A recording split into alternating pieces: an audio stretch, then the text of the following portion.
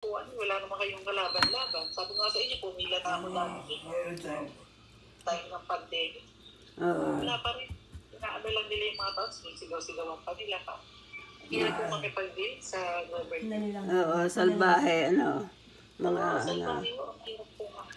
Basta ang ano, yung nakaradikit na posting yan, makakadaan ka naman in between.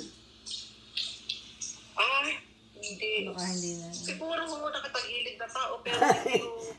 ano ba? Nakuran yan, hindi na rin makakapasok sa gilid kasi meron ng poste na tinayo doon na para sa kuryente naman nila.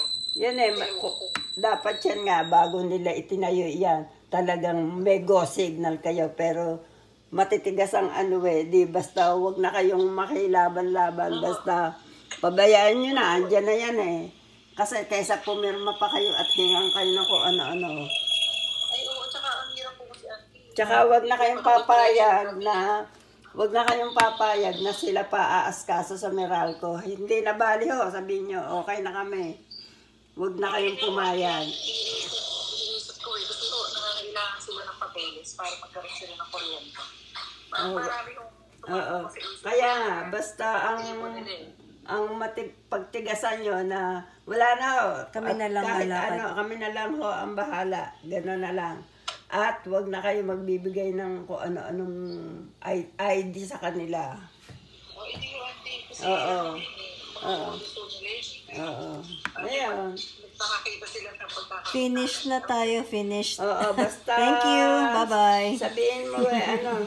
Sabihin mo sa kanila, hindi na bali ha, okay na kami. Tapos Ayos na kami po. Tapos na ho, usapan natin. Tapos na okay. Ganoon na lang. Ay, ganito gawin mo, papirmahin mo. Tapos na po tayo, okay? Siya, papirmahin mo.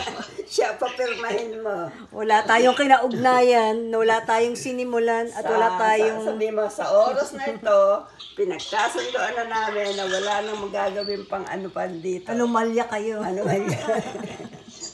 Dito sa harapan ng bahay namin. Kayo. Tapos, siya, papirmahin mo. sila papapirmahin, baka matakot pa eh. Kasi ano yan eh, palagay ko, kausap ng presidente ng homeowners yun. Kasi parang esperado na sila eh, paano sila kakakuryente. Kasi kailangan mo talaga para magkaroon ng metro is yung ate, baka remind mo na rin yung Meralco pag nag-apply kayo. Sabihin mo yung sitwasyon, yung konteksto nung pagpapalipat para baka gamitin nila yung pangalan nyo sa tayo ng bagong kontador sa kanila. Oo nga. May reason naman doon para kung ano ba. So, alamin lang muna namin siguro yung siguraduhin nyo muna, hindi. Hindi, tsaka para lang alam nila na in case baka biglang nag-apply after you na. Ay, ito ho yung...